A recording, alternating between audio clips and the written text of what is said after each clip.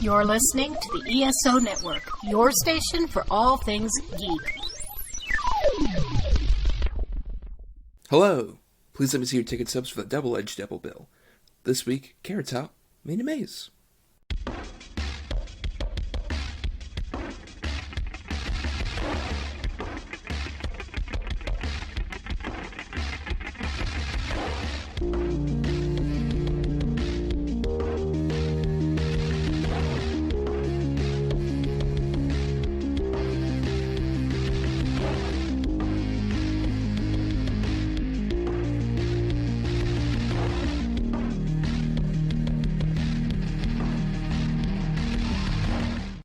Each week, Adam Thomas and Thomas Mariani will come to the table to discuss the randomly selected yin and yang of a double feature. Then, both will have to pick a number between 1 and 10 in order to seal their fates for the next episode. One will have 2 good movies, the other 2 bad ones. Let the chaos begin. I am Thomas Mariani, stuck in a maze. Help me, I can't get out. So much cardboard. And I am Adam Thomas, and I have nothing witty to say. Humor is dead to me now. That's true. We might have killed humor this week with the particular topic that we're doing. I'm not going to be jovial anymore. No more funny business. This is serious business. So we had to get a really serious guest to join us. And that would be Sara Sorrentino, who's a co-host of Sequels and the editor-in-chief over at Film Cred. Sarah, welcome to the show. Thank you. I'm Sara Sorrentino. Get it? No, my initials are actually SRS. So when everybody was like, why so serious? I thought that was cool. Thanks for listening. Thank you for coming to my TED Talk. I want to also say that I'm managing editor at Talk Film Society still. I don't know if I do anything there, but I still have that title, so I'm not going to let it go. You have an office there and everything, just haven't been in 10 months. We can't afford an office. Oh, so you work with home because of the COVID? Yeah, that's why. Yeah, that's why. We've always worked from home. Right. But you decided to come on here for, despite our little bits and pieces at the beginning, our topic for this week, where if you're new, every week we cover 2 films based on a topic that we randomly select movies for at the end of the previous episode. And we ended up doing stand-up comedian vehicles, which are basically just movies designed to sort of spotlight a stand-up comedian. And you decided to choose this one to come on as a guest. So why this one in particular, Sarah? Because every other theme made no sense for me. Process of elimination. But you're a general fan of stand-up comedians, maybe, are you? Yeah, I think I used to be. No, I've seen a few comedy and comedians in my time. I used to a little bit more so. Like I actually used to go to shows and stuff, or like stand-up, but it's not the same anymore. Even despite COVID, it's just not. I don't really want to see dudes making like edgy jokes as much as I used to. I've seen some good ones though. I used to see like what's his name? Oh, Doug Loves Movies. Oh, Doug Benson. Yeah. I've gone and seen Doug Benson a few times. Dan Harmon. I've seen him get drunk on stage a few times. That was stressful. Well, I think that's the thing, is that like stand-up culture has kind of become podcast culture basically at this point. Because, like, this weird thing of doing the stand-up comedian vehicles, it's like, most stand-up comedians don't usually get this chance anymore of like, oh, hey, after you're successful, you get a sitcom or a movie or whatever. It's like, you can run a podcast and you might get, like, Patreon money out of that. That's about the most they can really do at this point. At the very least, it's good. Like, it's a more stable side gig, especially right now. So, I get it. But I also don't listen to podcasts that much. And I think I've talked to you about that before. But as a person who has had 3 podcasts and currently has a podcast, I literally only listen to maybe my own. I'll listen to y'all sometimes. And like that, maybe 2 other friends' podcasts, and that's it. And not regularly is a word that I know how to say. So great. So you don't like stand-up. If you don't like podcasts very much, I hate everything. Well, we probably put you in a sour mood with at least one of the movies I know for sure that we're going to be talking about here. But before we get into even those, Adam, this was a topic you suggested, so I know you're a pretty big stand-up fan in general, right? I've always loved stand-up comedy. I mean, ever since I was a kid, I think the first stand-up special I saw was either Son of a Preacher Man by Sinbad or the old Jim Carrey one where he's in like the multicolor shirt doing all that impressions. And ever since then, I'm pretty much hooked on it. Like I try to sort of follow, certain comedians around, and I'm very fascinated by where they go. Most of the podcasts I do listen to are either by stand-up comedians or about stand-up comedy. Like I listen to Pete Holmes' podcast quite a bit, Mark Maron's podcast, Conan O'Brien's podcast, stuff like that. Ron Funch's podcast, which is pretty good because of everything in the world. And I sort of agree with Sarah. I don't know if with what's going on right now, I feel like watching a bunch of dudes who have more money than me make edgy jokes. I like Conan O'Brien, though. I actually do want to listen to Conan O'Brien's podcast. I have a feeling that's probably really good. It's really good. It's His better documentary. Oh, good. Yeah. I recently bought his documentary on Blu-ray. It's really good.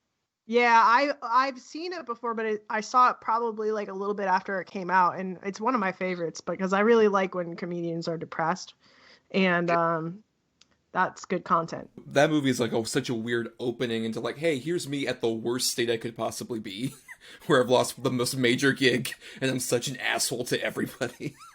And I was just such a massive fan of Conan, like before that time period and when that happened. And I just, it was like a crazy time for me too, just seeing him go through all that. So I was like, it's just it's like a nostalgia thing for me almost now. No, that's true. But let's stop talking about a funny redheaded person, because we have to get to a not so funny redheaded person in just a moment. Because we'll be talking about, for the two movies we picked, first we'll talk about my bad pick, which was Chairman of the Board starring Carrot Top. And then we'll be doing Adam's choice of Dave Made a Maze, which is the good pick for this week. So let's go ahead and start off with Chairman of the Board. You say it like a radio announcer. Chairman of the Board. Carrot Top. Hi, I'm Casey Kasem. This is Chairman of the Board. Edison has two loves in his life. Good morning. One love is surfing. Look out for the rocks! The other is inventing. A Slurpee cup with a heater on it runs. This way, no brain freeze. The trouble is, no one is by. But he's about to meet someone. You got a good head on your shoulder. Weird hair, but a good head. Who's going to change his life by dropping dead. I leave my entire stock holdings to my new friend. $23 million? Oh, that's a lot of snaffle! Carrot Top is certifiably insane. Chairman of the Board. Oh, God. First of all, wait, before you even start breaking this movie down, okay, your usual spiel, this movie was made in blah, blah, blah, grosses. Fuck you, man. like,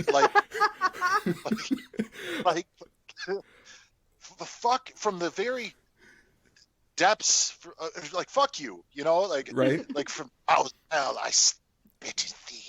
Like, seriously, Captain Ahab the Moby Dick on your fucking bitch ass. This movie, fuck you, man. And this movie, and all right, go ahead. So we're going to move on to Dave Made a Maze. But no, yeah, so Chairman of the Board was one that I had seen. I think it's kind of like my introduction to stand-up comedy was I would watch Comedy Central, especially during, like, the summers. When I was a kid, I didn't have anything to do. I would watch like Comedy Central in the middle of the afternoon, and it would be either stand-up comedy specials or it would be these like really like low budget comedies that they could at least get for like a song in terms of like for licensing to like play in the middle of the afternoon on like basic cable. And that's where I think I'd seen Chairman of the Board prior to this. I chose Chairman of the Board because one, it kind of represents everything that sucks about the idea of this concept of like, let's take a now popular stand-up comedian and give him a vehicle. And it just is like the worst job you can while doing every single step of like a lot of these bad comedies from the 90s. In terms of like the playbook of infant child man who is has like some stupid job that he wants, his dream of like, oh hey, I want to be an inventor, but then ends up getting into a huge position that gets him a lot of money suddenly. And there's an evil corporate guy. Like, it has all of the steps, and I think it's, like, the worst example. So, I think either way we were gonna get something like this, honestly, for me. Like, these were all the choices were something similar. I just went with the absolute bottom of the barrel worst one. Especially because Carrot Top's our star. And, Sarah, were you even aware of who fucking Carrot Top was before this? Oh, yeah. I'm not young. I know who Carrot Top is. I'm in with the kids. I watched VH1. Right, of course. So... I'm aware who that is. I actually realized that I knew this movie, and I realized it while I was talking to you on Discord. Do you remember Right. me yelling? Oh, I remember lots of yelling, lots of angry yelling. I don't think I've like fully seen this movie before, but I vaguely remembered watching TV and there being a movie about a redheaded guy who was named after Einstein and was an inventor. I remember that. And as soon as like I realized that was this movie, I was like, "Oh, what the heck?" I was always interested and always wanted to know what movie that was. So it was actually really, I was happy. It's the only happiness I felt. But I was happy for that brief moment in time. Right, even though instead he's actually named after Edison, which is appropriate because he's a sham of a person. I'm from Edison, New Jersey, so like if I see Edison, I get like a little bit like, oh, because New Jersey people, we only have so much to be proud of. Right. So like if New Jersey or like for me, if Edison's mentioned, I'm like, oh yeah, that's cool. But then I already remember that he was a dick. That's okay. It's fine. Right. But yeah, so this is a vehicle for Carrot Top. And Carrot Top, I didn't even really realize was a prop comedian until I was doing quote-unquote research for this show. Because I just knew him as kind of like you did, where it's like he would just show up, and he would be either super skinny guy like he is in this movie, or weirdly ripped man, as he would be like a decade later. Like upsettingly rip. Like I was talking to one of my friends, I think it's accurate. He looks like one of those bad Rob Liefeld drawings. If you know from like the 90s comics, where just like super buff people that are proportionately unreal. Just like, this doesn't even look human. I don't know what we're doing. Yeah, but Liefeld doesn't even do faces like that. Like the face is something completely different. True. Very different. Yeah, I agree. He looks like either like maybe a Liefeld thing, or your run-of-the-mill bargain basement ghoul. It's Yeah, I have a lot of those. Yeah. The thing is, this fucking guy, like, I remember when he was really popular, like when he came out, he was all over the fucking place, dude, this guy.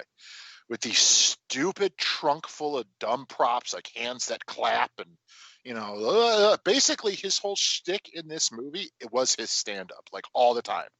Nonstop. And I remember hating him as a child, when I should have been like, this guy's wackadoo. Look at his crazy hair, and he's so nuts. I remember as a kid thinking this guy fucking sucked. As an adult, as a damn near 40-year-old man, I think I've lived a long enough life free. I would murder him, I think. Yeah. I could spend the rest of my life in prison. No, that might be pushing Alleged satire parody. That'd allegedly be pushing it too far. Tomorrow's headlines: Carrot Top found dead. Carrot Top murdered by fat man from Michigan. It's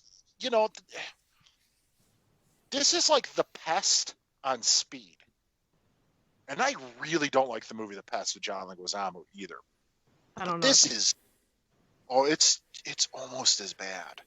Yeah, like he's I've just seen some bad movies. Yeah, it like Raquel Welch and Larry Miller, and I keep the plot synopsis is so thin. Where it's like he meets this dude, the guy thinks he's rad, and he's this old hip guy. And then he leaves him a Fortune 500 company. There's your movie. Whoa! 90 minutes of fun. He was trying to do like Pee Wee Herman meets Billy Madison. Exactly. That's 100% what it is. And Yahoo Serious. I don't know if you guys know who Yahoo Serious is. No. Yahoo Serious was an Australian guy, comedian, who was in a lot of movies around this time, maybe a little bit earlier, but he was a surfer comedian. Oh. He was this Australian guy who had like blonde dreadlocks all tied up in a knot, or sometimes he'd have a mohawk and stuff. He was real kind of wacky.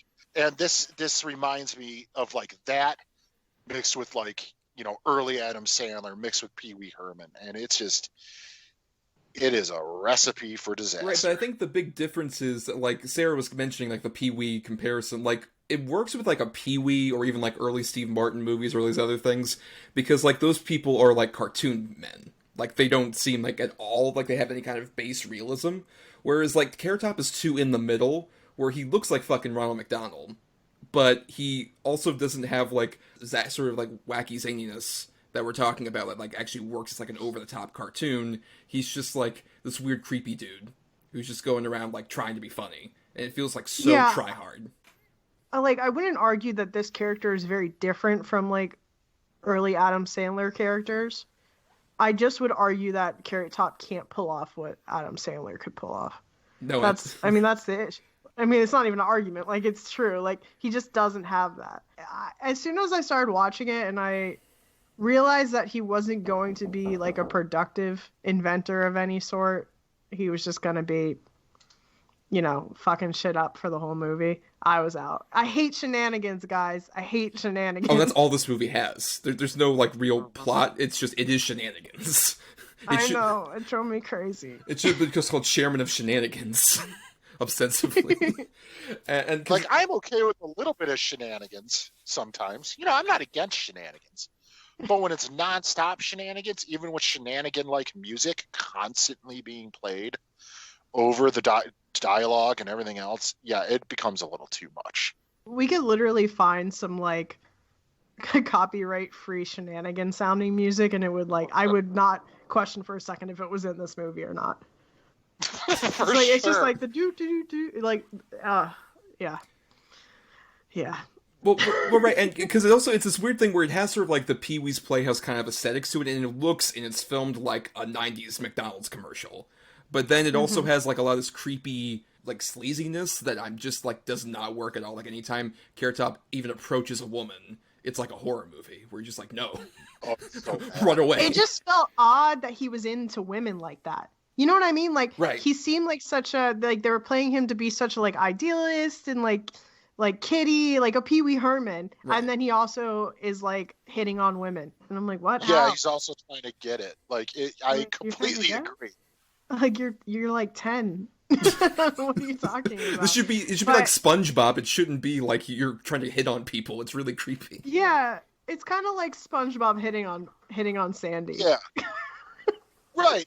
Oh, I love your steering wheel with a clown like alarm system. Yeah. Cool. Want to bang? So like hot, it doesn't clearly. make any sense. Yeah, it's so hot.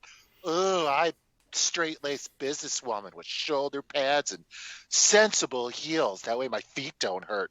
You're a loose cannon redhead. I think you're a good surfer. Movie kind of says you suck, but maybe you're good.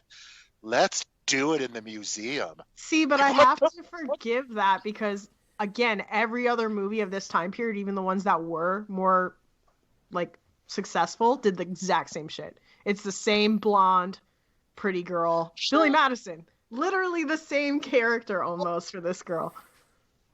No, you're absolutely right. But the thing is, the males in those movies, the male protagonists, had some sort of charm to them. No, I don't agree with that. I don't agree. I mean, like, as a woman, there is no understanding of why Billy Madison got a teacher. Well, no, I mean, to bang. Like, all those movies have that problem, but I would at least say the charm is more just to distract us from being that invested in the romantic relationship, quote unquote. It's always just this weird, thing they have to have a clause in the contract, I guess, like, we need a love interest. And so in this case, it's fucking Courtney Thorne-Smith, who, like Adam said, is like this big corporate person who's just like, oh, I'm trying to rise up in the company, and I have the hots for Carrot Top. It's just like, why are you with this person who's ostensibly like a weird alien man? Like, remember when Winona Ryder was in Mr. Deeds? Oh no, look, we talked about that when we did Sandler as like a topic in general. That's just like, that's such a weird requisite problem. But like, he doesn't have anything to distract from that. What he has is like props. Like, look, it's a fucking slushie with a heater. You can avoid brain freeze. Like Adam said, that's his whole shtick. Whenever he does his stand-up, it's just, here's a trunk full of things. I'm gonna do this for an hour. Just introduce puns that are related to stupid props I have. And he's trying to do that in a movie, and it's like, no, it doesn't work. Well, even those inventions weren't that interesting. Like, if they were genuinely funny, I would have maybe had a better time, like, unveiling all of his weird inventions. But they weren't funny to me, unfortunately. Like, the bull shirt. Oh. It was just gross. If we want to take a more, just a realistic look at this movie, I guess, which is saying a lot, but it's that bull shirt thing, right? Okay. Mm-hmm. Who the fuck would buy that thing? You can buy it for your employees as punishment. Yeah, make them do it. Like, I guess. But what the fuck, dude? But you're 100% right. the thing is, like Thomas said, all of his stand-up was this. It was him pulling out these poorly constructed, stupid props, and they were related somehow to a pun. And he would literally pull it out, say the pun, throw the prop. Pull another one out, say the pun, throw the prop. He would spend seconds on each one, and it was like a full half hour to an hour of that. That's exactly what this movie is. Why was comedy so bad in the 90s? Not all comedy. Why was Hashtag not all comedy. Not all comedy. I mean, we had that puppet guy, so you know what? That's true. Jeff Dunham is kind of like our generation's version. We had Jeff Dunham. That's valid. Okay. I think here's the thing. Yeah. Like, has prop comedy like ever been funny? No. No, I don't think so. The only time prop comedy's ever been funny, and there's one example I can think of that it really works, is the classic Steve Martin with the arrow in the head. That's the only time I could think of that it's funny, where he's got the arrow in his head, he does almost a whole set, and he's like, God, I got a headache. I mean, I have no problem with like a reoccurring gag. Sure. That's fine. But like Zach Galifianakis with the piano. True, right. Yeah, Amazing. right. That's fine. Or, singing comedians, like, who have funny songs and stuff like that. It doesn't bother me. But when it's literally every 20 to 30 seconds is a new, like, punchline completely unrelated to anything before it or after it, it's not funny. It's for, I don't know who it's for. And for people who, I guess, who have zero attention span. That's the only thing I can think of. Yeah. Like, the only time I can think it might work is, like, when magicians do it as, like, a side thing. Like, Penn and Teller have done that plenty of times. Or, like, other, like, it's a Vegas thing. Where it's like, here's a prop comedy bit, but here's also a trick that it leads into. Yeah, there's an absolute point to it. Or there's a build-up story and, a sort of after effect to it. It's not just quickly shown and then discarded 30 seconds later. Like, I don't know who that works for. I really, really don't. Outside of Carrot Top, what else is wrong with this movie? But it's mostly Carrot Top. It's mostly everything, but Carrot Top is in our face. Well, yeah, Carrot Top, especially because, like, he's wasting the talents of, like, a lot of great, like, character actors who show up in. Like, Larry Miller was mentioned. He's, like, the villain of the movie, and you've seen him in, like, the 10 Things I Hate About You and other shit like that. Mm-hmm. Funny guy, and he's just, like, wasted on, like, the worst kind of bad corporate stereotype. Or, like, M. Emmett Walsh is part of the board. He's a great character actor. Like, that's another thing, this board thing where it's like, oh man, Carrot Top is gonna, like, revolutionize the company. And he does. He makes the stock soar with TV dinners? Where it's like, it's a laptop instead of a keyboard, it's a dinner? Yeah. Yep. That's the bit.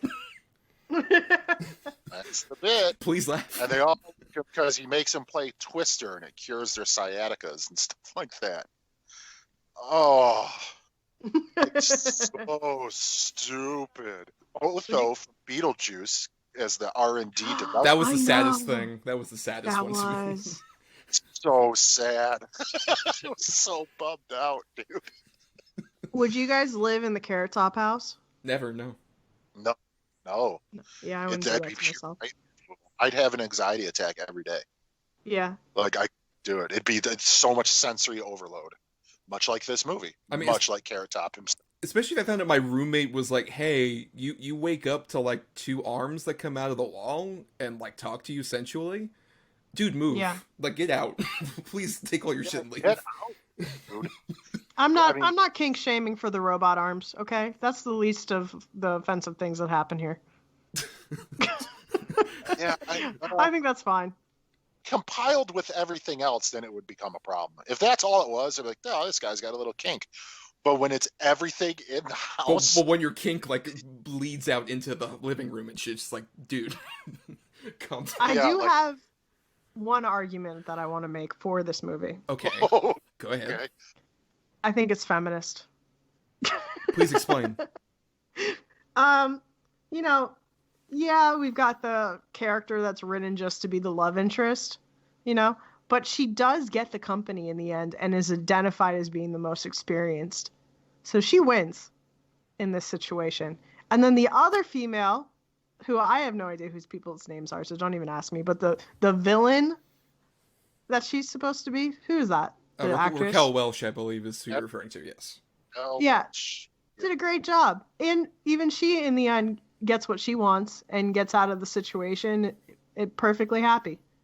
Very feminist. That's true. There is a slight progressive bent there in that Carrot Top realizes, like, I'm an incompetent buffoon. Here. This movie is progressive. So that's what I have to say about that. Thank you for listening. Yeah, I mean, I can give it that at the very least. That was at least kind of like a brief respite at the end after everything that was going on, the sensory overload of this movie that was going on. I do want to apologize just for actually having you guys watch it necessarily, but I think you all both can agree this is like the worst case scenario for giving a stand-up comedian a movie, right? Yeah, should never happen again. Yes. Right, and especially because, like I said, it follows all of the every single plot beat of any of these movies, down to just like at the very end, him having to storm into the corporate office meeting and prove his thing with the whole like glow thing, where like the guy thinks says he has radiation on TV and has glow, and he has to explain it at the end. Carrot Top, like, he wouldn't glow like this. It's like, yeah, anyone would have realized that. I know, I don't get it. Who are these fucking idiots? But then I want to pose a question. What do you think is the best example of someone using sort of their stage persona and turning it into like a filmed version? What would you say would probably be the best example of that you can think of? Pee-wee. Yeah, I was about to say literally Pee-wee, in terms of especially this kind of grounding. I mean, Adam Sandler definitely did that. Well, and the thing is, whether you like him or not, which I'm not really a fan, but like even Home Improvement with Tim Allen. Yeah. That was literally his shtick. And I mean, that fucker ran for, I don't know, 38 years or something like that. I mean, it can work. It has worked. It doesn't work very often. But like you said, Thomas, and I think you sort of hit the nail on the head. This was at the time, early to mid 90s, man, where if you were at all successful as a comedian, you got a show or a movie built around you. Constantly. They were literally like, I've seen bits where they're, comedians are talking about how they were just handing pilots out at the airport, to anybody who was a comedian. Can we blame SNL for that, or were they late to that? I think they're a part of the problem. I mean, especially at this time. Like, post Wayne's World in particular, they did that a lot with their stars, yeah. Yeah, I think that's true. Yeah, but I think you can almost blame SNL for it in a fact as that everybody tried to sort of do Wayne's World after it. Everyone tried to make these movies with these comedians and their sort of onstage performance and their bits and lean into it really hard and try to build a whole hour and a half to 2 hour narrative around one sort of shtick. And it's no bueno, man. It doesn't work. We could have watched Clifford. Clifford, yeah, well, it's a weird thing because I was trying to determine like who is a stand-up, who's not, and I was a bit like with Martin Short, even though Clifford is a much more fascinatingly terrible movie.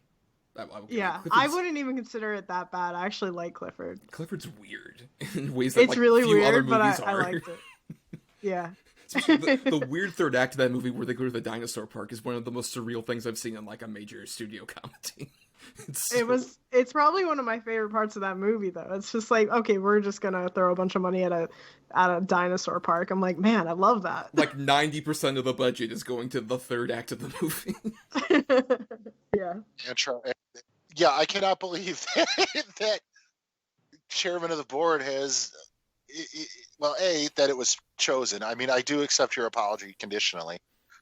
We'll see what's chosen next time you get the bad picks. I don't. Sarah does not. No.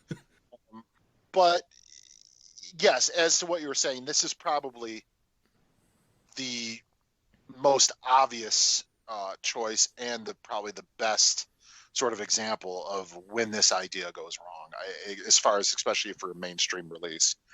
Because I remember this having, one-page ads in the back of comic books and seeing the commercials constantly. And it did play on Comedy Central all the time. So, yes, I would say this is probably the best example of when this idea can go horribly, horribly wrong. Yep, and make only $180,000 total on a $7 million budget. Like Norm Macdonald called it, box office poison. Oh, but yeah, I would recommend fully anybody watch the Conan O'Brien clip where the female lead is promoting the movie next to Norm Macdonald, and he just keeps interrupting and talking about how disastrous this is as an idea of giving Carrot Top a movie. He just interrupts the interview and doesn't give a shit. Oh, dude, even to the point at the end where she finally says the title. She's like, it's called Chairman of the Board, and Conan O'Brien's like, oh, okay, yeah, do something with that, psycho. And Norm Macdonald's like, I bet the board is spelled B-O-R-E-D. Wow. He just doesn't stop, and he's right. Sarah, I don't know if you have any final thoughts to add.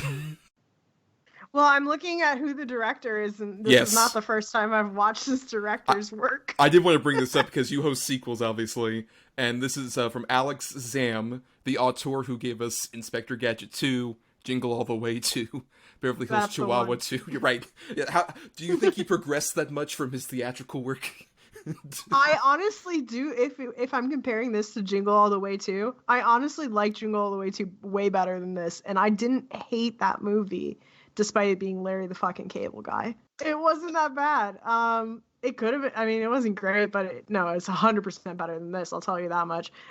Surprised I haven't seen the other ones yet, though. I definitely need to see like Tooth Fairy 2. I don't know that you do. I think I have to. I I think have to do eventually you will. It's not a matter of I should, it's when you will see it. that. Yeah, that's true. But yeah, I don't think I have much else to add, except to say this is one of the worst we've done for the show, if not the worst.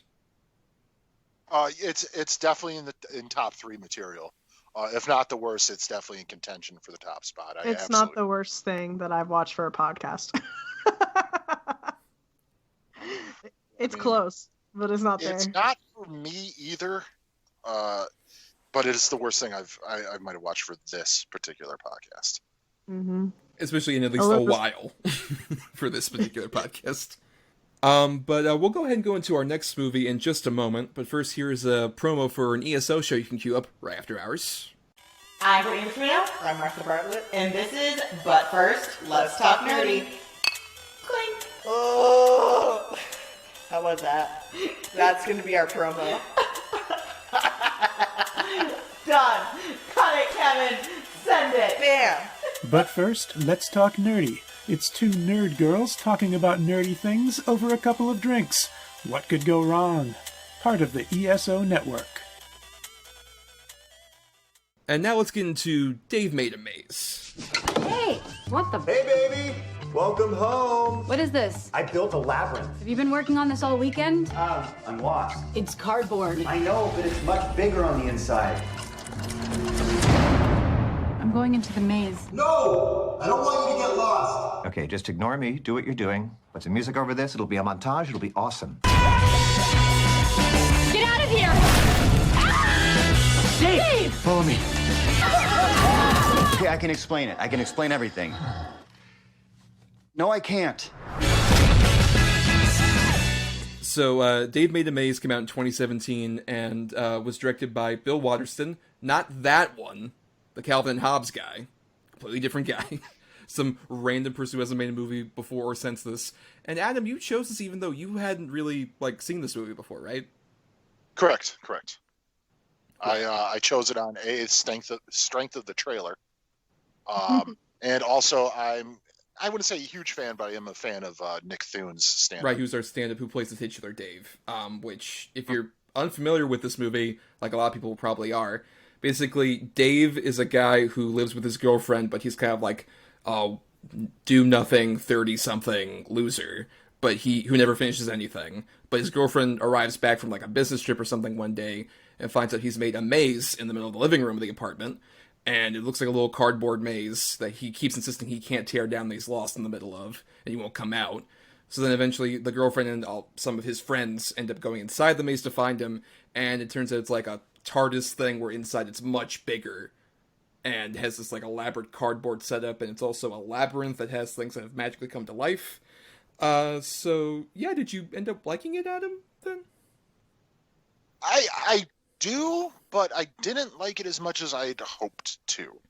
I really, really do like the look of the labyrinth and the production design and sort of the way the cardboard is done. And I do like some of the little bits, like when they turn into little paper bag puppets and they just get chucked down that tube, things like that. There's a lot of good to it. I honestly think, and I think I told you this, I think this might have worked better as sort of an extended short. Like a 30 to 45 minute short film. I think this would have been really tight because it sort of feels like it meanders in bits to me. And every character has the same sort of inflection to their voice. And after a while, I'm like, okay, like nothing is exciting. It's just, I got sort of bogged down by it. I completely agree. I honestly thought it was inspired by a short at first because that would have made sense to me.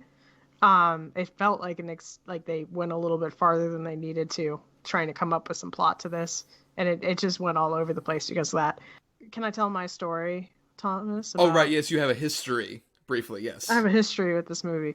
I've never seen this movie before. However, I worked at a film festival that showed this movie when it came out, and they actually built a entire like labyrinth out of cardboard. So people had to walk through it as they were going to the theater to see the premiere. I shared a video with Thomas about it, but I was there guarding the maze before people could walk in and actually do it because they were still building it up until the very last minute. It was cool. Some random muscular guy with like a Minotaur helmet hung out, and he was like paid to do that for that night. It was kind of nice, but I didn't get to see the movie, so I'm happy to actually have finally watched it. Right, yeah, and it looked not too different from this movie, given in terms of like this is a very low budget movie. But I'd argue, at least, I think they made the most as they could with, like, the meager budget they had, and literally getting a lot of these, like, cardboard stuff from, like, the local recycling bin at, like, the American Apparel. And I think that gives it more staying power than it probably could have had. I think the movie is at its slowest when it's, like, before they get in the maze. There's, like, a solid 20 minutes of this 80-minute movie where it's just, like, everybody's outside the maze, and it's clearly just, like, we're waiting to build up to get inside the maze and shit, but I think once we get inside the labyrinth, I think it's pretty consistently fun after that point, I would argue. Yeah, I'd say it's fun for sure. I have a hard time with a lot of these like indie comedies because I feel like they fall into the same trope, especially when it's like a male comedian as the starring role of like, it's always the depressed 30-year-old guy who's like just taking everyone down with him every single time. It's starting to drive me crazy, Thomas. I'm starting to lose it. Well, especially because this is like even post like Apatow and stuff like that, where that became even more of like a major hit thing. I like some of the early ones from Apatow too, where like I don't mind a depressed main character, but it's just when you have to watch the girlfriend struggle and she's so sad looking this whole movie. Yes. I'm like, it's just pain. It's pain. Where at least this had an interesting concept. And that kind of made it better. Right. I think it's a problem. Like, the movie definitely is very thin on character and doesn't give much of these actors much to do, really, with whatever's going on. Even, like, Dave is barely in the movie until about, like, halfway through. And even then, Nick Thune just is kind of like, it's like you mentioned, it's just like, I'm a depressed 30-year-old man who hasn't accomplished anything, so therefore I made a maze and I technically killed people. Like, people die in this movie because of his stupid maze. And people just kind of brush it off. We never get a clear understanding of like why. You know what I mean? He just keeps saying vague stuff and you think that he's going to stop being vague at some point, but he keeps being vague. He just says, I made a decision or I changed my mind to not be depressed, I guess. And then and then he just tears it all down. But it didn't really resolve much. He still treated people like shit and got people killed. Right. It's a true white male like lack of any kind of responsibility kind of character. And it's like, honestly, of like all the other characters are so thinly drawn, the only one I really liked was James Urbaniak, who people might recognize as the voice of Dr. Venture as the asshole documentarian guy. I thought was like the most consistently funny thing about the movie to me. I didn't know that was him, but that makes a lot more sense. Yeah, his voice is basically just Dr. Venture. Yeah. But do you agree with all those issues, I'm guessing, Adam? Oh, yeah, 100%. And I just want to, another thing I mentioned to you, Thomas, his main friend, Gordon. Dude, look, it was really kind of disturbing for me because I came to the conclusion, like, if Tom Green and Andy Dick somehow conceived a child, that it would be that guy. And then I started thinking of the logistics of it, and it just kind of, like, grossed me out. Just because... I feel like you did that to yourself, Adam. That's true. That was I know. I totally did. I totally did. It definitely was. It definitely was. Oh, no. I'm not trying to shame you. You have any thoughts about, random dudes hooking up as much as you want, but... No. It's not even that. I got no problem with that. It's just the idea of like, where would it be birthed? Would it be a natural birth? If it is, like, yeah, it just yeah. Yeah, I sometimes edit it out, but this is unfiltered Adam Thomas for sure. I guess I don't know. Yeah, but I'm not saying. Wait, hold on there. I really want to steer away from this conversation. I'm not. No, wait, no. What I'm saying is the basic point of it. I couldn't look at him and not see either Tom Green or Andy Dick wearing a Tom Green costume. Like, I don't know what it was. It's just, yeah, he's great. You should watch that Schwarzenegger movie where he gets. We did for the show a while ago. Oh, is that why he's doing this now? Very well could be possible. That might have done it too. Possibly. That might be why you keep thinking about male birth. Yeah, but when he came in, when the character came in, I thought he was pretty funny. I thought they had a really funny back and forth. Like, where's the beard? It's on my face. Like, and they kept doing that. Like, that was pretty funny. And then he also just became a very one-note sort of he's just their character. He knows about labyrinths. That's why he's there. He knows about labyrinths. And there was some cool scenes. Like, I did kind of like the scene where it was Dave and his girlfriend, and where it was the same dialogue but told like 4 to 5 different ways with costume changes and stuff. I thought that was kind of cool. But then I'm like, this literally led to nothing. No, yeah.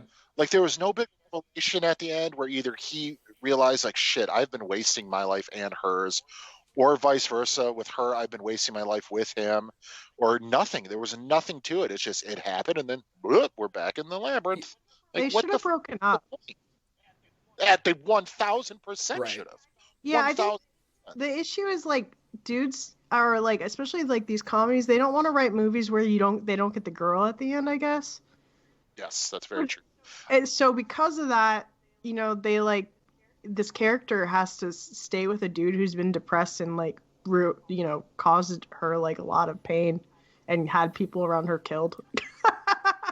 Like, you know what I mean? It's just not healthy. Honestly, like, my big problem with it is I wish it leaned less into that relationship stuff that it doesn't really have any interest in doing, and more into the weird, like, horror comedy it's kind of going for in certain scenes where I think it hits its stride. Like, they have a lot of these characters introduced just so they can kind of kill them, but they kill them in these, like, elaborate ways. Like, one lady gets beheaded, but the whole thing is, like, she's bleeding out like confetti, which is, like, a really cool looking bit. Right.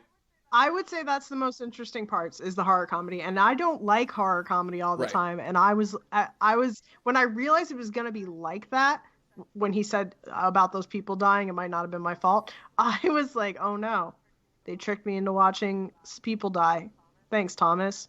And then I realized it was going to be kind of silly because of the effects, which I liked. So I was happy with those parts of the movies. I get aggravated by seeing the girlfriend characters all the time. No, right. Well, you know, it is a common characteristic with these stand-up comedians where they're all depressed and everything, and they're in their 30s, they haven't accomplished anything, but yet somehow they still get the girl who's, like, really way above their league, like, shouldn't be with them because... just paying all the rent. Yeah. Yeah, basically. You know, the thing is, too, it's kind of a common thing that a common thread if you listen to sort of stand-up podcasts or even read articles and stuff. That's kind of, they're man boy alpha males, a lot of them, who they're all depressed, they all have really sensitive egos, but they all want to be the coolest guy in the room. And it's just hard when they're all the same type of person writing the same type of movies. Absolutely. And I couldn't agree with you more earlier with what you said, where it's like these indie comedies with these stand-up comedian vehicles, they are all sort of the same formula. The reason this one gets higher marks for me is because of the aesthetics, because of the labyrinth and the way it looks and everything. But other than that, if you strip that all away, it would seriously be just the same shit you've seen 100 times. Yeah, I mean, a lot of these, like, stand-up movies do just kind of get caught up in the personas as well. But in this case, like, with Nick Thune, who I hadn't known before, honestly, this movie, and I watched, like, a stand-up special he did. I was like, this is alright. This is decently funny. Just watching this, like, Dave is barely, like, despite being the title character, at all involved, really, until he pops up, like, midway through. And even then, it's just like, oh, hey, it's all this generic stuff that Sarah was talking about how it's like, I want to finish it, because I never finished anything. I was like, yeah? Yeah, we never understand why. Yeah, but I was thinking that the plot was going to say, okay, he does finish it and that solves it. But then they don't do that at all. You know what I mean? It seemed like there was a reason why he kept saying that, and there wasn't. Except for his own like personal feelings about it, you know? Well, yeah, at the scene where he does his little like temper tantrum breakdown, he's like, it's because I've never had anything like worth working on or keeping in my life or whatever, and blah, blah, blah. Right then and there, I thought they were going to go with the girlfriend, like her being like, fuck you, man. And like, all this and have this sort of big blowout. And they just sort of chickened out on it. Yeah, there's a lot of chickening out on like bigger themes that they could have tackled one of these bigger themes and there could have been something.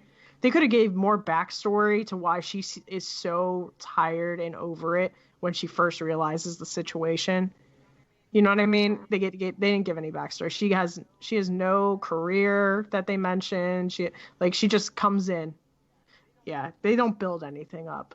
No. It feels really empty, and it's sad because like I know y'all picked this as the good one. Yeah, well, and Adam picked it completely blind. Like he was not really hadn't even seen the movie. But like I'll say at least there's like I mentioned like with some of the more fantastical stuff. Like I think particularly my favorite sequence of that is probably when the one woman, I think the one who got beheaded, ends up becoming like a weird paper mache person, and. Actually, it's not the beheaded one. It's the one who gets taken out. Oh right, the hipster's girlfriend, right? Yeah. That lady, yeah. But that whole sequence I really loved because it's the best balance, like sort of this weird comedic horror stuff where she keeps trying to give high fives because that's like the one sensory thing she can kind of attach to, and she's being interviewed by James Urbaniak, and he keeps trying to like, can you just use complete sentences? I need all of this for the documentary, and so like I think. Okay, yeah, we will definitely high five after. So, yeah, I think everything with him and his like crew was good. Right. Like if they weren't there, I would have been a little bit more bummed out by this movie. What was with the vagina? Yeah, I'm not sure. I think it was just the visual of the vagina that was interesting to them. What was with the cardboard throbbing visual vagina? I don't get it. I took it like it was his psyche inside there.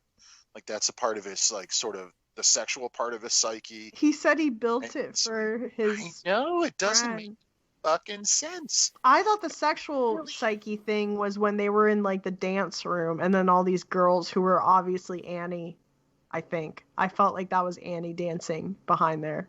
Right, yeah, the girlfriend character, yeah. Yeah, like it was supposed to be a room for her that got like perverted in a way. I mean, yeah, that could be, but then there was a vagina. Yeah, who knows, right? It's like, and I'm okay, with not having everything explained for me. Like that's totally fine. But I just don't think they had the tools to be that like out there because they didn't provide us with anything. It's more that they had the gimmick and the aesthetic, and that I think goes a decent amount. But yeah, I agree, it doesn't make it much more than like an interesting kind of like, oh, this is an interesting experiment, but is there much to it? And it's like, no, not really. Not a lot of. I'll tell you, the film festivals maze didn't have a vagina, as far as I remember. Based on the video, no, I did not see a vagina, but yeah, from my memory, there was no vagina. Hidden symbolism, maybe, who knows. But I guess let's go ahead and go into final thoughts then on Dave Made a Maze. Sarah, why don't you start with your final thoughts on it? I'm really happy I finally watched it. I wouldn't have if y'all didn't recommend or put this on for this one, so I appreciate it. It just brought up too many like feelings I have about these type of comedies. So it triggered a tweet thread, and I apologize for that. But I'm still happy I've watched it, but it's Nick Thune as the main guy. I mean, I didn't feel anything from him as far as like a charismatic character or like as a comedian either. So I don't think it was necessarily a great vehicle for him at all.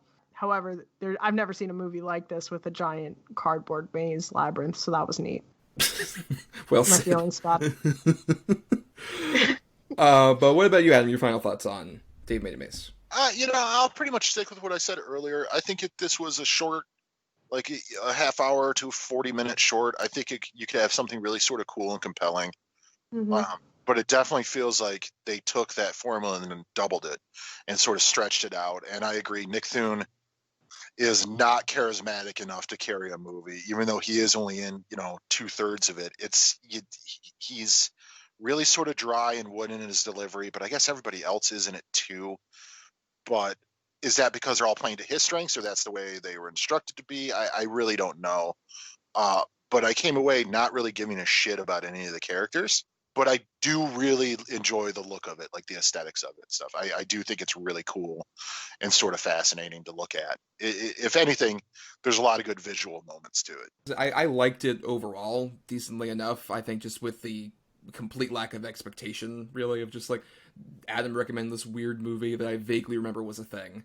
And yeah, it has some like the inspiration of like a Pee-wee's Place. It's weird how this kind of thematically matches Chairman of the Board in terms of aesthetics, I guess, like in terms of the visuals and also the same kind of protagonist in a lot of ways. But I mean, I will say that I think that visual stuff and also some of the smaller side characters like James Urbaniak and his crew, I think made it at least watchable to me. But it's also ultimately much more forgettable than you would figure from a movie where I describe of, hey, a guy makes a maze and it's giant and magical and people get murdered with confetti. What happened to the homeless guy? I don't know, but I also like that bit when everybody leaves. He's just like, I'll stay here. And then he just eats out of the fucking refrigerator. But he just disappears. Yeah, they don't really go back. They only go back to him like a couple times, really. It is weird. They don't really do much with it. It's another thing where it's like just like there's too many characters as well. Like if we had a much smaller unit of people than the ones they introduced just to kind of like kill them off at a certain point, I think it would be a better movie as well. If anything, just kind of if you're gonna have people killed off, have just like a smaller group do that in this sort of weird horror comedy aesthetic, as opposed to this, which feels a lot more ungangly and a lot more kind of like a first feature, especially. Like this definitely feels like somebody who's just like, oh man, I have a basic idea. And that idea is just kind of thin, like cardboard. Get it? Get it? Yeah, it works. Great job. Thank you. Well, on that note, we are heading to the end of the show, but first we want to share some feedback from people out there who contribute over at DEDBpod on Twitter and Facebook for like, hey, what are your favorite, least favorite things related to whatever topic we're doing? And we asked you all about stand-up vehicles, so we had some people like James Rodriguez said, best in terms of stand-up vehicles, Coming to America, The Wedding Singer, Obvious Child, and Trainwreck. Worst, The Animal, Get Hard, and Ride Along. Christian Alvarez says, comedians can be a great addition to a movie or misused because their talents aren't properly used.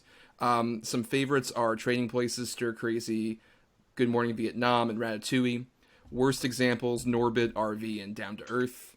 Elwood Tiberius at Elwood_Tiberius says, worst Good Luck Chuck, just contributing that. And Ryan Quarterman said Joker 2019. What a scamp, Ryan, you troll. For the show. I mean, I think those all are pretty valid, especially Obvious Child is one I don't think gets enough credit, kind of got lost in the shuffle, because I love Jenny Slate in general, and I thought that was a really fun little like drama comedy it's a meet cute about abortion. Yeah, I like it. Yeah. I remember watching it. I watched it way after it came out, but I liked it. Yeah, I didn't see it until, honestly, fairly recently. And that's one where, like, that was made by A24, and I wish A24 would kind of do more comedic vehicles like that. Like, smaller ones that are kind of based around comedians, especially, because they've done horror and they've done so much other stuff well. I think they could springboard that to do some of this, something for other comedians. But what about some of these, Sarah, or are there any others that you would probably spotlight as good or bad? We should have watched Norbit. Well, we'll put a pin in that because we might be covering Eddie Murphy sooner to a certain movie coming out on Amazon, which is why I kind of avoided Eddie Murphy necessarily. I think there's a lot more lesser known SNL films that could be listed here. Not that I know all of them, but like there's a lot. Superstar? Oh yeah, it's Pat. That was a movie that existed. Yeah, Stuart Small, he saves his family. Yeah, there's a lot. There's a lot. Yeah. Or even like the Good Luck Chuck was one I briefly contemplated, but chose against one because Dane Cook is just gross in general. I don't think I would have come on the podcast if Good Luck. That was another reason, yeah, because you wanted that, and I'm like, oh no, I'm not gonna have Sarah subjected to that. I'm not gonna, and send Carrots out. Like, I'm not gonna do it. Not today. But yeah, he's another guy where like he was just like in a shit ton of movies in like the mid 2000s, just because like he was extremely popular. Which I was a teenage boy around that time. Like I get it because he screamed a lot and he said dirty jokes, and therefore all my friends were like, "Oh my god, he's the funniest person of all time." I was a teenager that liked comedy, and I did not feel very strongly for him at all. I think I remember like someone watching it in the background while I was playing Pokemon, and now that is somehow entwined in my memory, but like otherwise I really like the Comedians of Comedy tour when I was like a late teenager. Did you guys ever see that? That's the one with Oswald and Brian Posehn and all them, right? Yeah, and what's her name? Maria Bamford. Yes. One of my favorites. So that was the type of comedy I was watching as a teenager. I mean, that makes sense because I remember loving Oswald as well. But Oswald, someone mentioned like Ratatouille, and that's the thing is that Oswald has never had like a full-on vehicle for himself, but he's perfectly implemented himself in the right roles in like a bunch of different comedy things. What about Number One Fan or Big Fan? That's true. Yeah, that's more of like a dramatic thing that he. And that's kind of like a black comedy, right? Yeah, to a certain extent. I've never watched it, actually. It's not too dissimilar from Joker, honestly. There we go. We found it. You're welcome, Ryan. But what about Adam? Are there any others you would want to spotlight or mention? I mean, you got to figure there are comedians out there who are doing pretty good work in movies and TV shows, like Bill Burr, showing up in sort of King of Staten Island and even The Mandalorian and stuff like that. He's doing a lot of good sort of. He's doing, I'm surprised at his acting. Let's put it that way. Yeah, he's really good, actually. Right, I will say he's the best part of King of Staten Island, the Pete Davidson movie. Which... Oh, I'm sorry, Action Bronson isn't?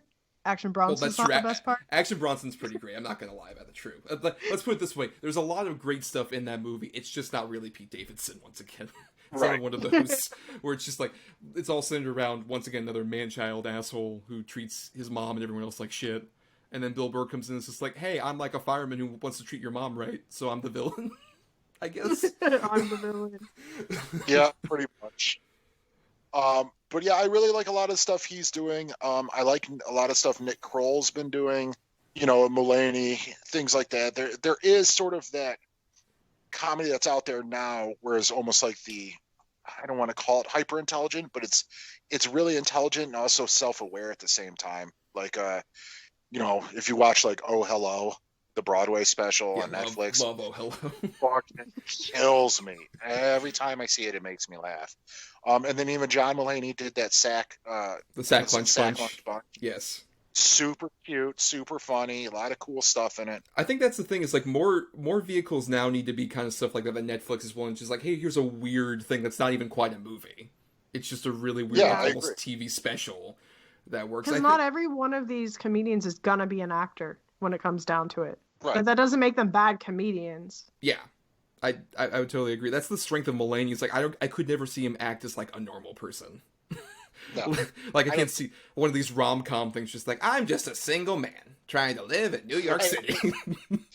I agree. You want me to do what? Like it wouldn't work. But in those specials and like Oh Hello and stuff, it's a perfect vehicle to show that these guys are able to sort of turn stand-up comedy on its head a little bit and produce other things outside of it instead of just starring roles in movies or TV shows. I mean, let's be honest, Mulaney had his TV show and it was horrible.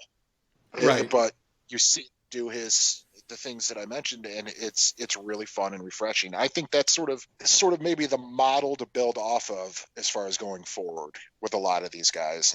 They all don't need to be in movies. Yeah. Mm-hmm. And even like especially changing what the stand-up special can even be. Like I would say somebody who he's done a couple things for Netflix, but I would love to see him even get something like a Sack Lunch Bunch or just something kind of interesting for him to be a vehicle on with Netflix is like Hassan Minhaj. Like I just saw the Homecoming King that he did for Netflix, that special, and I loved it. I'm just like, oh my god. And it's so weird because it's got like the background sort of like display stuff. It feels almost like a weird blend of stand-up and TED Talk, but it's really intimate and personal. And it's like, this dude is a star. Honestly, I would love to see him get some kind of vehicle. Especially I've actually seen him in person. I just remembered. He came to Florida State. Oh, right. He did, yeah. When we were both at Florida you didn't State. go. No, I didn't, no. I just realized that I got to see him. Yeah, he was really good. I mean, he just did a normal stand-up special. I mean, a stand-up performance, but it was good. But who's like another person who would want to see kind of get that chance, who maybe hasn't yet? I'm really out of the loop with comedians these days. I'm 100%. Like, I used to be a really big fan of Hannibal Buress, and now I'm not as much. I mean, Maria Bamford should have had that, but she did have her own TV show that was really, really good. Yeah, Lady Dynamite. Actually, before Lady Dynamite. So I don't know if I've actually watched all of Lady Dynamite, and but I did like what I saw. She had a video, like a YouTube kind of series before that. That's very similar to that. But I would love to see her. I would have loved to see her in more stuff. It might be too late now because she's not really that big. She's not as big as she was during Lady Dynamite, you know? Right. And plus, like, there aren't as many, unfortunate. Like, I think the last person, like, really had that such, like, a massive hit off, especially with even movies and stuff, is, like, a Tiffany Haddish. Mm-hmm. And to be fair, I think she also just got, she got so overexposed where after Girls Trip, it's like, oh my god, let's put you in every major comedy. Everyone. You're going to be in all of these. And it burned her out. Right. And it burned her out. Yeah. Her actual stand-up because of it, you know? You know, who I honestly would like to see get sort of a chance, it's maybe even like a variety type thing, is like a Jay Farrow. I think could do something really cool. Or even, you know, what's his name? Colin Jost from SNL. I think he's really funny. He reminds me more like the Mulaney type guys. I hate him. Yeah, I loathe him and Shay on. That's the worst part of SNL right now, is their weekend updates. I fucking hate both of them. Oh, that's I'm sorry. We just went on that. No, that's totally fine. You guys are entitled to your opinions as wrong as they may be. He's married to Scarlett Johansson. He's a nightmare. Yeah, honey, you can play a tree. You can do it. But I'd like to see more of this sort of writer comedians maybe start taking more of the spotlight. Yeah. I think there's some younger people on SNL right now that if they had a movie that came out, it could do well and it would be cool. I think even like an indie sort of with like Melissa Villaseñor. I think it'd be something really cool and quirky and fun. Completely. She's like the underrated MVP of that show right now. Absolutely, and has been for the last couple of years. Yeah. It's just, she doesn't have really any major characters that she does, but yeah, we gotta make room. Her. Yeah, she's great. Yeah, we gotta make room for Jost and also Kate McKinnon to have 5 characters and all this other stuff, as opposed to like her or Bowen Yang. I also think is really funny and just hasn't gotten much to do on SNL. Or even Jay Farrow was an infamous example of that. He's even said as much. But like I saw him on YouTube and stuff right before he went on SNL. I'm like, oh my god, this guy's gonna be like the next big star. And he's just like, you'll play Obama. Like that's it.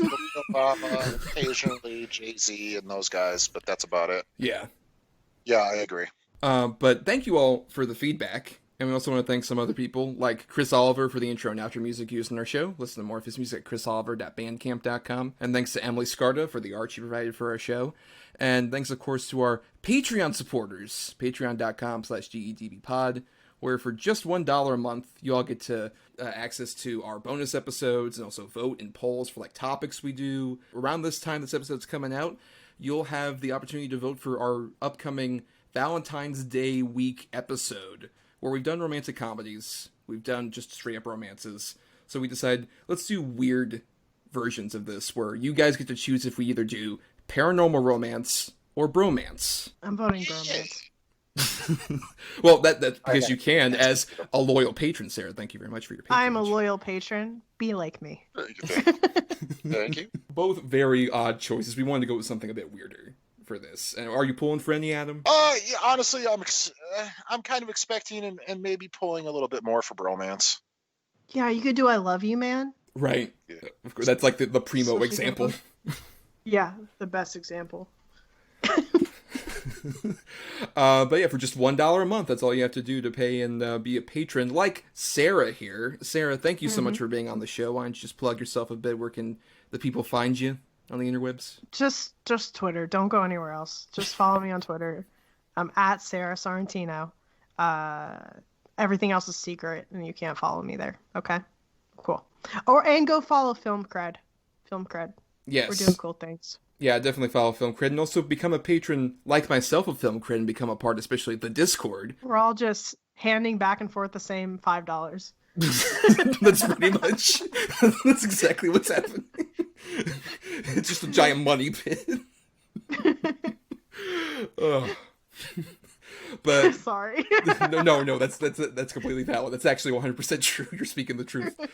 And to follow our rinky dink operation, you can find us at DEDBpod, like I mentioned, Twitter, Facebook, and also you can email us feedback, doubleedgedoublebill@gmail.com. You can also go to the ESO TeePublic store, which I'll have a link to in the bottom here, where you can buy merch with our logo on it, like a coffee cup and t-shirts, tote bags, even all sorts of stuff over at TeePublic. I've seen a lot of people buying the mugs and masks and everything, and I think there's a big sale going on. That I believe just ended, so we'll cut that. Whoops, cut that up. It's gone. Buy all the regularly priced merchandise at TeePublic. Yes, and you can also find me doing my own individual stuff on Twitter and Instagram and Letterboxd as @NotTheWho'sTommy. I also do some writing at marianithomas.wordpress.com, and maybe for Film Cred, maybe I have a pitch that's currently in the status of being edited. Wink. I never know what pitches are being edited unless I'm the one who's editing them. So when I finally saw that you had a pitch or something, I was like, oh, Thomas isn't just hanging out because he's a patron. He's sneaking in. I see what's going on. Stealthily sneaking in, yes. That's what I'm doing. And I'm on Twitter and Instagram at Atom or Adam. It's ATOM _ ADAM. Mostly just pictures of stuff I've been painting or resharing things. That's about all you're going to get out of me. Yeah, you also stop pitching the male birth thing for Film Cred. You could paint that, though. Yeah, that's true. I'm going to, and it's going to be fucking beautiful. I'm really excited. You guys will feel like assholes. Okay.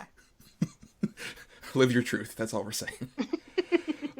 And for more of our truth, you can subscribe to us on Apple Podcasts, Spotify, Stitcher, and other podcasting platforms out there. If you're listening on ESO, why not dig into the various other great shows on the network, or dig into our archives over on our Podbean feed for the full amount of stuff we even did before ESO. And nothing else, you can just rate, review, or share the show around. That helps us out, gives us more visibility in the podcasting verse. Right? That's how they say it? That's how the cool kids say it? Podcast verse, yeah. Yes, right. Yeah, that's accurate. Yes. Before we completely end the show, it is time to do our picking for next week. And next week's topic, which you patrons chose at patreon.com/GEDBpod. You all chose for a topic that we would repeat, that we hadn't done in a while. And it was between spoof films or the ultimate winner, which was Stephen King adaptations, which, Adam, we did as episode 12 of this fucking show. Jesus, that long? What the fuck? Yep. At like the 3-month mark. Holy fucking shit. Yep. But I'm happy to revisit it. I'm very curious to go back, because we did, what was it? It was The Running Man and Maximum Overdrive. Yep. Which are both very interesting choices to do. But we wanted to repeat it because we can reverse the good and bad quality, because I have the good this time, you have the bad. And we each have numbers assigned between our two films, so someone who will pick a number between 1 and 10 and get us our good and bad choice. And when we have a guest like Sarah, she gets to do that. So for my two good choices, Sarah, just go ahead and pick a number between 1 and 10. I'm asking my boyfriend, out of 10, which number should I pick? What do you think? Out of 10. Hurry up, you're taking 7. Okay, we're going with 7. Okay, at number 7, right on the dot, I had one of my favorites, and one I can't wait for us to go into. It is Creep Show from 1982. Yeah! That is a fine choice. Good pick, babe. What was your other one? At number 2, I had Misery, which I also love. Ooh, another fine choice. Yes, the Adam seal of approval. Now, Sarah, you or your boyfriend have to pick another number between 1 and 10 for Adam's choices. I'll pick this one. I'm going to go with 3. All right. At number 1, I have the fucking wild ride that is Sleepwalkers. Oh, and this is with the cat people, right? The incestuous cat people? Incestuous cat. Oh, incestuous cat people? Yes. Wow. And it's fucking crazy. It is. Wow. It's something. Somebody You guys gets are welcome. with a corn Nice. cob. I've seen that movie. Children of the Corn. Something. Right. This is Children of the Corn 57, I believe. Yes. This is how they were created. Yeah. And then at number 10 on the dot, I had the oft hated, but I think there's a lot of good in it. A lot of bad, but a lot of good, is Dreamcatcher. Dreamcatcher's fucking buck wild. That's like 15 different Stephen King movies in one. Yeah, but you're not incestuous cat people, okay? So you're welcome. No, I'm honestly happy with either of those two bad picks. I think both of those work perfectly to discuss for the show. But yeah, so that'll be a lot of fun next week. Thank you, Sarah, for helping us out with that. And on that note, let's all go into our own little cardboard mazes and just get away from Carrot Top, mainly. That's our obvious option here. Mm-hmm. I'm gonna burn it down. Burn it all down. Good night, everybody.